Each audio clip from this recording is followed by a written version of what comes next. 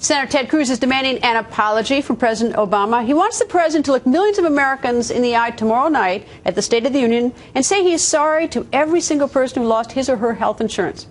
Is that going to happen? Senator Cruz joins us. Nice to see you, sir. Great to see you, Greta. Okay, so first, what are the odds that's going to happen? Well, unfortunately, the odds are not high.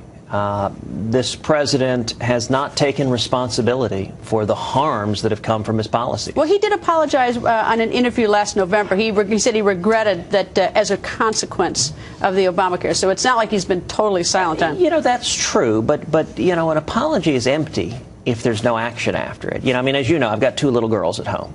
They're 5 and 3. If the 5-year-old is punching her little sister and saying, "I'm sorry," every time she punches her, that's not a very meaningful apology. Every parent knows that if you're going to apologize, stop doing what you're doing and make it right. Well, what would he gain from that at this point? I mean, I assume that tomorrow night he wants to, as every president, wants to make this look spectacular. The State of the Union is strong and we're a great nation. All these great things are happening. So why would he want to sort of dig up the dirty laundry?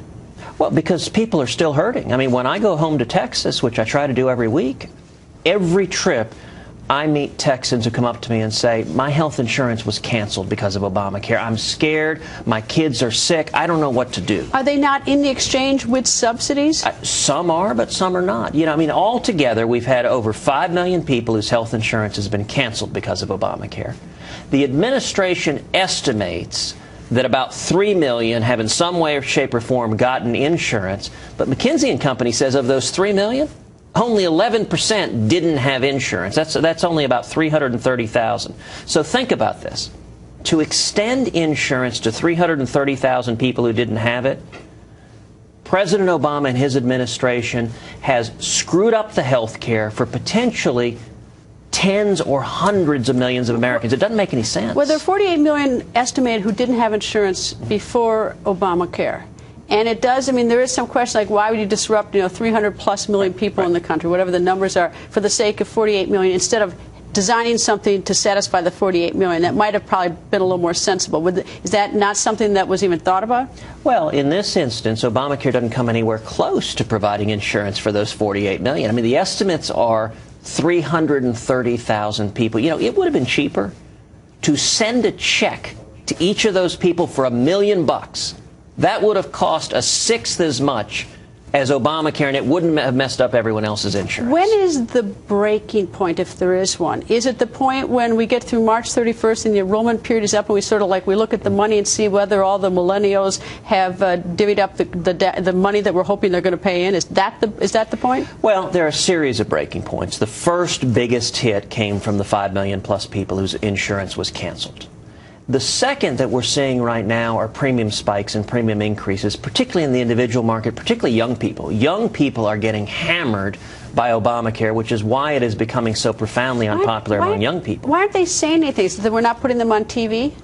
You know, that's a very good question. I mean, the polling now shows that young people have turned sharply against Obamacare. I can tell you in Texas, for a 27-year-old man, in the individual market, his premiums have gone up roughly 70%. And that's a lot of money for someone that's young, that's struggling, that's starting a family, to have premiums spike. But the next shoes to drop, you pointed out, are going to be next spring. Premiums are going to jump even more. More and more people are going to discover they can't see their doctors.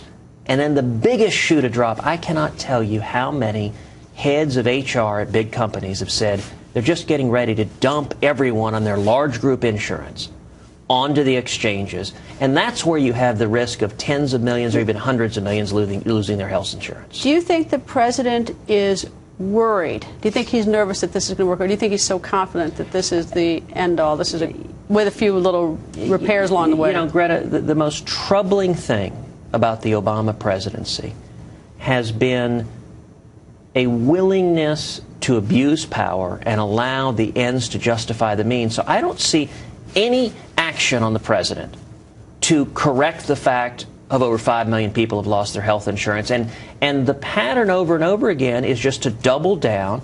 Tomorrow in the State of the Union, he apparently is going to announce that he is sidestepping Congress even more and simply going to force his agenda on the American people through executive orders. That's not the way our Constitution works. That's an abuse of power. Senator, nice to see you, sir. Always great to be with you. You're going to be there tomorrow night.